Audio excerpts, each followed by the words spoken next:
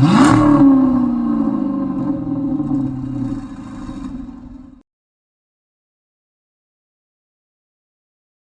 guys, today's video is on the Dodge Dakota. I know many of you have been asking for this one for a while, but it's taken me some time to make since it's a super long and detailed video since there were 3 full generations of this truck. If you're new to the channel, this is a series where I look back at the history of the car and all the details and specs, and then we jump to talking about the events that led to the car being cancelled and any flaws that it had. The format for this Dakota video will be slightly different than the other models due to its long life through 3 generations.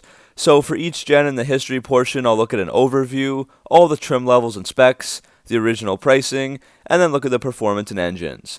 And I'll do that for all 3 gens, and then we'll look at the flaws and reasons for cancellation after. Obviously, the history portion of this video might be a lot longer than the other episodes that I've done, since this truck was around for so long. So the first generation lasted for 10 model years. The Dakota was styled similarly to the Dodge Ram, which was a full-size pickup, while the Dakota was a more compact 2-door pickup for the first gen at least. The Dakota was supposed to fill the space between the more compact Dodge Ram 50 and the full-size Ram. It shared many components with existing Chrysler products, as is often the strategy for automobile manufacturers, and the Dakota was built in the same plant as the Dodge D model. On paper, the Dakota was a great package. Fun to drive, decent fuel efficiency, and had the practicality of a compact pickup truck. This translated into selling well, as the Dakota sold 104,865 in the first year for the US, which beat out every other Ram truck and van that was offered. When it was first released, the Dakota had the choice of 2 wheelbases, 112 or 124 inches, and 2 different beds, 6.5 and 8 feet. The Dakota was also offered in rear-wheel drive or 4-wheel drive, but 4-wheel drive was only available with the V6 engines. The payload range was 1,250 to 2,550 pounds, while it could also trailer tow up to 5,500 pounds. So now let's go over the various trim levels that the first-gen Dakotas came with. The first was a plain base trim with standard features that you'll see on screen, such as vinyl seats and flooring, a heater with a fan, a black front grille, steel wheels with all-season tires, and manual roll-up windows and door locks. And this model wasn't available with a V8 engine option, and we'll get into the performance soon. The Sport was more of a mid-range package that was added in 1988, so this added features like an AM/FM stereo with 2 speakers, deluxe cloth interior, floor carpets, a Mopar air dam with fog lights, sliding rear window, 15-inch aluminum wheels, a tilt-adjustable steering column, sport accents, and more. 1989 saw the addition of the Dakota Sport convertible, which was the first American convertible pickup since the Ford Model A. This truck had a fixed roll bar and manual top, and they were manufactured by American Sunroof Company. The Sport convertible added a few features over the Sport trim, like an AM/FM stereo with a cassette player and 4 speakers, and the manual folding vinyl convertible roof.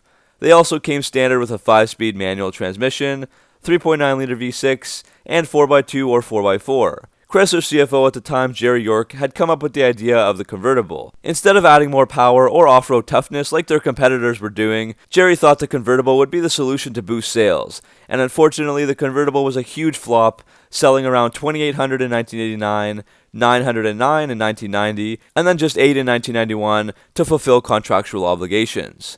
Those 8 are really interesting because there was no advertising for them, they were built randomly, each with different options, and they were all mostly sold before reaching dealerships. So those 8 Dakotas are pretty much the rarest ones around. So 3 short years the convertible was discontinued. 1989 also saw the Shelby Dakota offered, with a short wheelbase, short bed, standard cab, and aimed at better performance. It had a 5.2-liter V8 with throttle body injection, making 175 horsepower and 270 pound-feet of torque. That 5.2-liter V8 wouldn't become a regular option until 1991, so 2 years later. This car had nitrogen-charged shocks, 15x6-inch aluminum wheels, and individually numbered dash plaques. At the time, this was the highest-performing pickup truck in existence, weighing 3,600 pounds and going 0 to 60 in 8 seconds flat. The production was also quite limited, 480 in white and 995 in red, for a total of 1,475. Also, just one was made in 2-tone with a white top and red bottom, and these Shelby Dakotas started at around $16,000. The top of the line trim was the LE, which was later called the SLT. These trims added air conditioning, alloy wheels, a leather-wrapped steering wheel, power windows and doors, and the option of a V6 or a V8. In 1990, an extended club cab trim was added. Even though it still had 2 doors, capacity was bumped up to 6 passengers. In the early 1990s, Dodge also released two special editions of the Dakota, the Little Red Express Dakota and the Dakota Warrior. These were built by LER Industries of Edwardsburg, Michigan from 1990 to 1992. The Little Red Express was meant to look like the original Express, while the Dakota Warrior was also meant to resemble the Warlock trucks from the 1970s. So both had various graphics and paint to look like the originals. I couldn't find exact production numbers, but they were both produced in the low hundreds and are also very rare. So now let's move on to the prices for the first gen. I'll go over a few various years, but there's too many to cover all of them. For 1987, prices started around $7,000 and rose up to $11,000. In 1990, there were so many different trim levels, starting near $10,000 for a base rear-wheel drive, and topping out at $18,000 for a sport convertible four-wheel drive. By 1996, the last year of the generation, the base models were around $12,000, and the top trim SLT Club Cab four-wheel drive was $20,605. Now let's move on to performance. Originally, there were inline 4s and V6 engines offered to go with either a 5-speed manual or 4-speed automatic transmission. There were 4 engines offered over the first gen, but they were frequently updated as the years went on. So I'll try to display everything on screen so you can follow along. 1987 to 88 had a 2.2-liter 4-cylinder with 96 horsepower and 121 pound-feet of torque. From 1989 to 1995, that was replaced by a long-stroke version, 2.5-liter 4-cylinder with a single fuel injector that produced 100 horsepower and 132 pound-feet of torque. And in the final year of the first gen in 1996, the greatly underpowered 2.5 was replaced with another 2.5 from American Motors with 120 horsepower and 145 pound-feet of torque, and this engine would carry over to the next gen as the base engine. The 3.9-liter V6 was standard with 4x4 as we've been over, and optional otherwise. From 1987 to 1991, it had 125 horsepower and 195 pound-feet of torque. In 1992, the V6 got the Magnum treatment, with major changes such as sequential multiple-port fuel injection, redesigning 80% of the previous components. So this meant more responsiveness, airflow, less oil leaks, better fuel economy, and more durability, and the output went up to 180 horsepower and 225 pound-feet of torque. 1994 to 1996 saw the exhaust manifold shrink to 1 5/8 inches, and the exhaust diameter was reduced from 3 inches to 2.5 inches, so that took away 5 horsepower, down to 175, but it saved Dodge some money in the process. As for the V8, the 5.2-liter arrived in 1993 for 1 year only, with 170 horsepower and 260 pound-feet of torque. For 1992 to 1993, horsepower rose up to 230 and torque up to 280 pound-feet. 1994 to 1996 saw the horsepower dip down to 225, but the camshaft was revised and returnless fuel injection was used, boosting that torque up to 295 pound-feet. And there was also a 1996 compressed natural gas version of the 5.2 that was fleet only, with 200 horsepower and 250 pound-feet of torque. So the base models could do 0 to 60 in 9.5 seconds and the quarter mile in 17 seconds, while some of the performance-oriented models with the 5.2-liter V8 could do 0 to 60 in 8 seconds and a quarter mile around 16 seconds. As for some other performance stuff, the front suspension on rear-wheel drive models was fully independent with coil springs and upper and lower control arms, and leaf springs in the rear. The Dakota was also the first American-made pickup that had a rack and pinion steering standard. Brakes were ventilated discs in the front, and self-adjusting drums in the rear. Now we move on to the second generation, which lasted 8 model years from 1997 to 2004. The development began in 1991, with the design being approved in 1993 and put on hold in 1994. Production would begin in July of 1996, and the first models were released shortly after for the 1997 model year. The Dakota got bigger and also had better capability, and was essentially a baby Ram. Dodge also had switched their marketing from calling it a midsize, instead saying that it was, quote, the most capable compact pickup, end quote. This generation was the most popular, with the second gen outselling both the first and third gens. The Dakota started out as a 2-door, but a quad cab with 4 doors was added in 2000. At the launch of the second gen, the Dakota had many best-in-class features that you'll see on screen, like highest towing capacity, best ride and handling, tightest turning circle, highest payload, quietest interior, most stable steering column, largest pickup box, highest seating position, biggest power mirrors, most powerful engine, most powerful domestic 4-cylinder, largest glove compartment, and widest range of engines. As for the trim levels, there were several, once again, that we'll go over. The ST was the base model, with a radio with 4 speakers, vinyl seats, front bench seats, 15 or 16-inch steel wheels, and only the V6 available, and that model was not offered with 4 doors. The next model up was the Sport from 1997 to 2000, or the SXT from 2001 to 2004, and that added a cassette or CD player, cloth seats, carpet, air conditioning, power windows and door locks, and keyless entry. The SXT Plus was also added to add some more premium features like a CD player with changer controls, premium cloth interior, and 16-inch alloy wheels.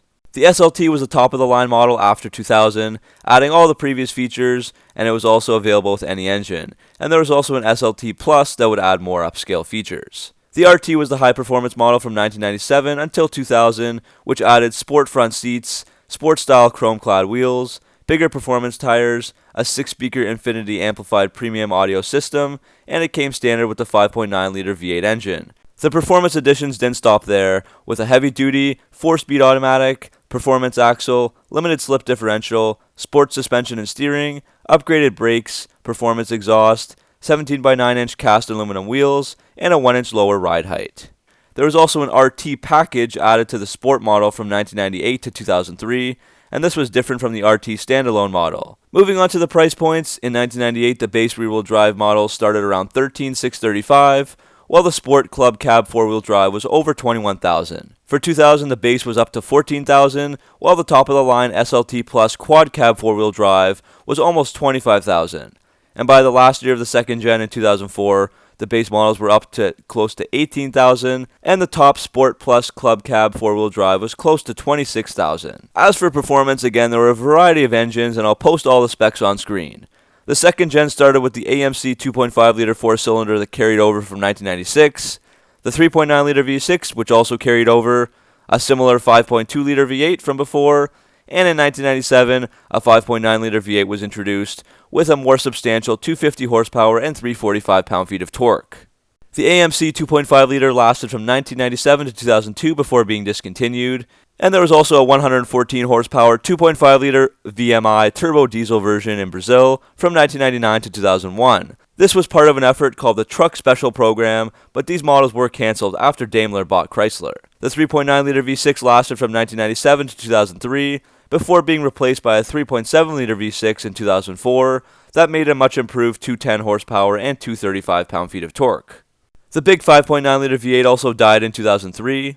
The ancient 5.2-liter V8 was around from 1997 to 1999, but that was finally replaced in 2000 by a new 4.7-liter V8 that had 230 horsepower and 295 pound-feet of torque. The 4.7 had a bit less low-end power, but it had more horsepower and better fuel economy and was cheaper to produce. So by 2004, the models were available with a 3.7-liter Magnum V6 along with the 4.7-liter V8.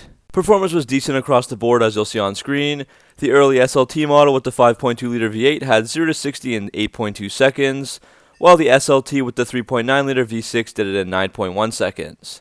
The RT with the 5.9-liter V8 was quicker, with a very solid 6.9 second 0 to 60 and 15.2 second quarter mile. And the 4-door quad cab, so 2000 with the 4.7-liter V8, did 0 to 60 in 7.3 seconds and the quarter mile in 15.6 seconds. Now we move on to the third generation of the Dakota, which was around from 2005 to 2011. I'll go over the 2005 to 2007 and 2008 and up models separately, as the Dakota was changed quite a bit for 2008. So the 2005 Dakota was redesigned and shared its platform with the new second-gen Dodge Durango SUV. This frame is 8 times as strong in twist resistance and 2 times as strong in bending resistance as the old frame was. While the past Dakotas had been called a midsize or compact truck, it had now grown to be as large and as capable as a full-size pickup. The third-gen Dakota was 3.7 inches longer and 2.7 inches wider and could tow 7,000 pounds and carry a gross combined vehicle weight of 11,500 pounds when properly equipped. These new Dakotas got a new front and rear suspension, different rack and pinion steering, and it went back to 5-lug wheels, whereas the previous generations had 6, so that was done to save cost and assembly time. The 05 to 07 models had a very laid-back look, and the interior was also completely changed. There are 3 black-on-white gauges with chrome rings, a plain center stack, and a thick 4-spoke steering wheel. The majority of the interior is plastic, as many Dodges were, with some brushed sheet metal accents as well. All 4 doors open to almost 90 degrees to allow passengers in and out very easily, while the interior room was also best in class on the quad cab. This generation did not offer a regular cab model, just a club cab with a 6.5-foot bed and a quad cab with a 5-foot 4-inch bed. For 2005 to 2007, there was 1 V6 and 2 V8 options. So the standard engine was this 3.7-liter Magnum V6 with 210 horsepower and 235 pound-feet of torque that carried over from the last gen, and the V8s were both the 4.7-liter Magnum V8 in standard and high output versions. The standard output version produced 230 horsepower and 295 pound-feet of torque, while the high output pushed that up to 260 horsepower and 310 pound-feet of torque. And each engine came standard with a 6-speed manual, while a 4-speed auto was optional on the V6, and a 5-speed auto was optional on the two V8s. 4x2 and 4x4 versions were available. Standard on 4x4 models was a part-time 4-wheel drive system, while a full-time 4-wheel drive system with part-time differential locking was optional. At the 2007 Chicago Auto Show, the Dakota was given yet another facelift and an interior upgrade for the 2008 models. So on the exterior, there were new designs for the hood, grille, front fascia, rear spoiler, fenders, and headlights. Dodge claims these changes made the front end more aerodynamic, which in turn improved fuel economy, and they wanted the Dakota to align better with the rest of the trucks in the Dodge's lineup. I also think that this Dakota looks more similar to other Dodge vehicles like the Nitro and Magnum, to name a few. The interior was also revamped with a new instrument panel, center console, accent finishes, and storage options. On the extended cab, there were full swing rear doors available that could open almost 170 degrees, and the extended cab also offered the largest and longest cargo bed in its class at 6 feet 6 inches and seating for 5. The crew cab had best-in-class room and seating for 6. For storage, there was a new under-seat storage system, storage bin above the glove box, and an all-new center console with pull-out bin. The seating can be optioned to have the Yes Essentials worry-free fabric, which is stain-resistant, odor-resistant, and anti-static, and heated bench seats were an option for the first time in a Dakota. Seating options included an available 40-20-40 split bench front seat. The extended cabs got 40-40 rear folding seats, while the crew cab got 60-40 split folding rear seats. And lastly, for the interior, there were lots of electronics available, like Sirius satellite radio, a 500-watt soundbox system, and a DVD navigation system. The powertrain was also revamped with an improved V8 that made 25% more horsepower and 10% more torque than before. This was also the only V8 option available in the midsize pickup segment. So the 4.7-liter V8 got an increased compression ratio, improved cylinder head port flow, a lightweight piston and rod assembly, a new valve lash adjuster system, and electronic throttle control, among other refinements. So the result was 310 horsepower, 330 pound-feet of torque, and operation with E85 ethanol fuel if desired, making the Dakota a flexible fuel vehicle. And the 3.7-liter V6 and all the other transmission offerings remain the same. Over the third generation, there were 3 basic models: ST, SLT, and Laramie. In Club Cab and Quad Cab, although after 2008 there were more trim levels added, so there was ST, SXT, SLT, TRX4, Sport, and Laramie, in either extended cab or crew cab. So we'll go over the first 3. The ST base models had 16-inch steel wheels, vinyl seats, manual windows and door locks, a 4-speaker sound system, AC, and the 3.7-liter V6. The mid-level SLT added 16-inch alloy wheels, cloth seats, fog lights, and power windows, locks, and mirrors. Any engine could be had with the SLT.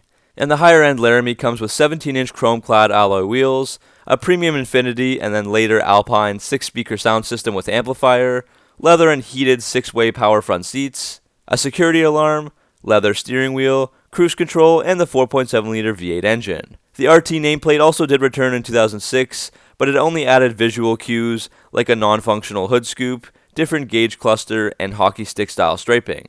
By 2010, the Dakota had officially become part of the Ram lineup, but it still had the Dodge emblem on the tailgate. The Dakota was finally discontinued in 2011 after 25 years, with the last truck built on August 23, 2011. At the time, CEO of Chrysler Sergio Marchionne said that the Dakota would probably not be replaced. However, there continue to be rumors to this day that the Dakota nameplate will return, but obviously it hasn't just yet. So finally, that brings us to the next part of the video, looking at the reasoning for the cancellation and the flaws of the Dakota. I've come up with 6 different reasons and or flaws referring to the car or Chrysler decisions, so let's have a look. The first reason is that compact trucks lost popularity in the North American market. Look no further than the Ford Ranger, which was also discontinued in 2011. And we can analyze this even further to see that sales fell by an unprecedented 90% from 2002 to 2010. Ram 1500 sales fell too over the same time frame, but only by 49.7%, so that was still salvageable. To put things into perspective, in 2000, Dodge sold almost 178,000 Dakotas, which averages out to be close to 15,000 per month. and by 2011, they sold around 12,000 in the entire year, just a measly 1,013 per month. The second reason is a Ram-related one, and that's the pricing failure. In 2011, the last year of the Dakota, pricing started at $23,210 for a 4x2 ST extended cab with a 131.3-inch wheelbase. Ridiculously, the ST 4x2 regular cab Ram with a 120-inch wheelbase was $2,400 cheaper, starting at $20,810, and the 4x2 regular cab with a 140-inch wheelbase was $21,110. This just makes no sense to offer your supposedly mid-sized truck at a more expensive price point than both the different wheelbase versions of your full-size truck, especially because it did have a smaller wheelbase than the 140-inch wheelbase Ram 1500 did. This type of pricing also continued for the other base models, for example 4x4. Most buyers would naturally choose the Ram 1500 over the Dakota because it was supposed to be the tougher and bigger truck, and being cheaper made it a no-brainer. I really can't explain why Dodge would price the Dakota base models more expensive than the Ram 1500s. The third reason is that the Dakota became too big for what it was. Dodge had always marketed the Dakota as a midsize or compact truck, but by the third gen, the Dakota was longer than some of the full-size regular cab pickups, with a wheelbase of 131.3 inches, and it really didn't feel or look any different than a full-size truck. In the past, Dodge has tried to make sure this truck wasn't too small, like its Ford and GM competitors, but this ended up contributing to its demise, because by the end of its life, it didn't fill the spot between compact and full-size trucks. The Ram ended up getting almost the same gas mileage as the Dakota on the highway and in the city, while the Dakota had less power, towing capability, payload, and was just slightly smaller. So it wasn't good for very much when you stacked it beside its Ram brother, or even other full-size pickups for that matter. The next reason I have is that the Ram continuously got improvements, more power, and better at what it was supposed to do. It evolved into the beast that it is today. The Dakota started out with an identity of its own, to be the clear smaller truck separated from the full-size Ram, and it had fun and sporty models that made it very appealing, like the Shelby, convertible versions, and RT performance models that we've been over. However, the Dakota didn't evolve in the same way. Over time, the Dakota got bigger, less powerful, reused older powertrains, and became far less sporty. It lost its identity and had very little appeal by the end of the third generation. What used to be a sporty, fun, and fast truck had just become a slower and weaker clone of the Ram. The last reason is just an extra one that I thought I'd throw in, and that's the styling of the third generation. I actually don't think that it looks bad, but during my research I read many comments from people saying that they absolutely hated it, claiming that the truck looks weak, surprised, derpy, and too laid back. It was also way too similar to the Ram 1500, and we've already discussed that it probably would have worked out better for Dodge if they had differentiated the Ram 1500 and Dakota models better. The first gen Dakota had a clean, boxy look that worked for its time, and the second looked good as well, as it was rugged and sporty. But maybe Dodge messed up on this third gen design, and if we look at the sales, they really started tanking after 2005, and then they took another huge dip in 2008 after the second redesign. So that's the end of this video, guys. Thanks for watching, and hopefully you enjoyed it. Sorry for the much longer video, but I tried my best to give you guys as much information as I possibly could, and the three generations just took up more time. What do you think about the Dakota? Were there other reasons for its cancellation that I missed? And would you like to see it return? Let me know in the comments section below. Make sure to like and subscribe for more Mopar content, and I'll see you in the next video.